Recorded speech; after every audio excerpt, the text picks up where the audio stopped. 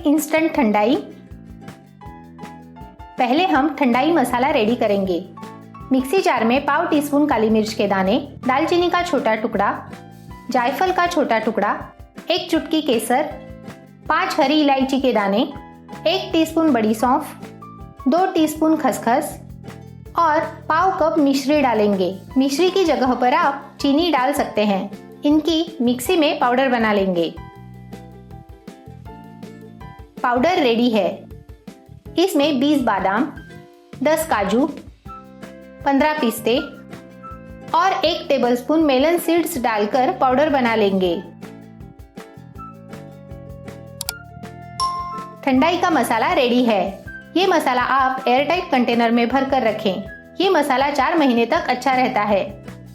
Mixie jar में 1 cup मतलब 200 ml boil करके ठंडा किया हुआ दूध डालेंगे। आप चाहे तो इसमें बर्फ के टुकड़े डाल सकते हैं। 2 टेबलस्पून ठंडाई मसाला डालेंगे, 1 टीस्पून गुलकंद और आधा टीस्पून मिश्री डालेंगे। मिक्सी में ब्लेंड कर लेंगे। ग्लास में डालेंगे। अगर आपको ये रेसिपी अच्छी लगी हो तो वीडियो को लाइक, शेयर और चैनल को सब्सक्राइब जरूर करें। पिस्ता से गार्निश करेंगे। होली स्पेशल ठंडाई रेडी है।